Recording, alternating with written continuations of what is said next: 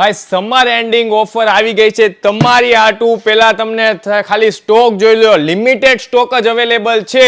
તો ભાઈ તમારે પણ ઓફરનો લાભ લેવો હોય ને તો ભાઈ નૂતન સેલ્સ મેઘાણી સર્કલ ભાવનગર પહોંચી જાજો, જેની અંદર મિત્સુબિશી હેવી ડ્યુટી ના તમને એસી મળી જશે.